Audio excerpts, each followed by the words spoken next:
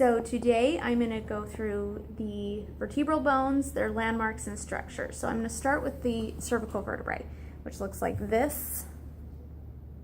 The cervical vertebrae has the bifid spinous process. You can see right there.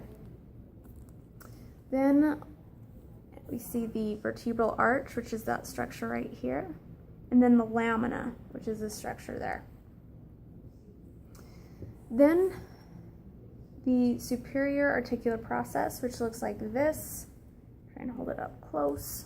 Superior articular process is this right here, but the smooth flat surface on it is known as the superior articular facet. So that will articulate with the vertebrae.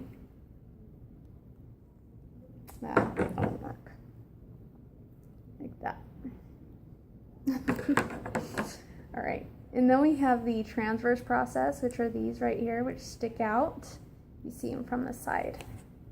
They stick out right there. So that's the transverse process. The transverse process have these holes, these transverse foramen. These are particular to the cervical vertebrae because you have veins and arteries that go through there. Okay, and then we have the pedicel, which is this structure right here. That's the pedicel. The vertebral body, which is that. Okay, and then, so this is the superior view, posterior view. So if we go to the inferior view, we can see this smooth flat surface there. This is the inferior articular facet on the inferior articular process. So that's going to be on the inferior view of the vertebrae. Okay, the cervical vertebrae also have two certain vertebrae that differ from the rest of them, C1 and C2.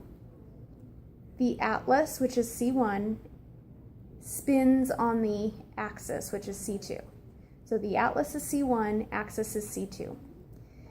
The structure that comes up through here on C2, this is known as the dens or the odontoid process. Odontoid, O-D-O-N-T-O-I-D. Odontoid process right there. So if you can see it. Okay.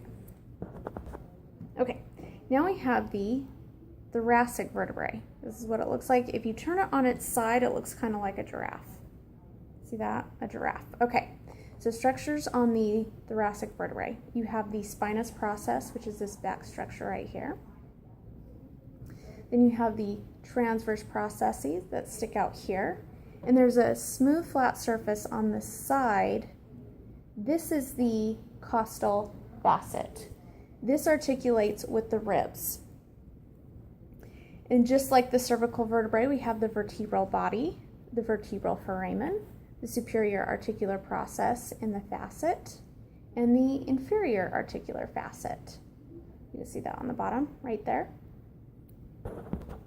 Okay, and then this structure, hopefully you can see it right here. This is known as the superior costal facet. So you have the transverse costal facet and the superior costal facet right there. So superior costal facet and transverse costal facet. Okay, so now I'm going to move on to the lumbar vertebrae, which looks like this. If you turn it on its side, it looks like a moose. So that's how you can tell which one's which. So again, you have the spinous process, the transverse process, the superior articular process, and the superior articular facet, inferior articular facet. So that's what the vertebrae have in common. Also, this hole right here makes the intervertebral foramen. So this right here, this hole that goes in between intervertebral foramen. Inter means in between vertebrae, and foramen means hole.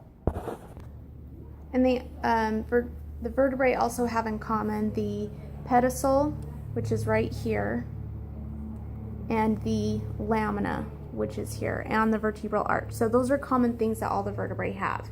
So the transverse foramen, superior articular process, Superior articular facet, the smooth flat surface.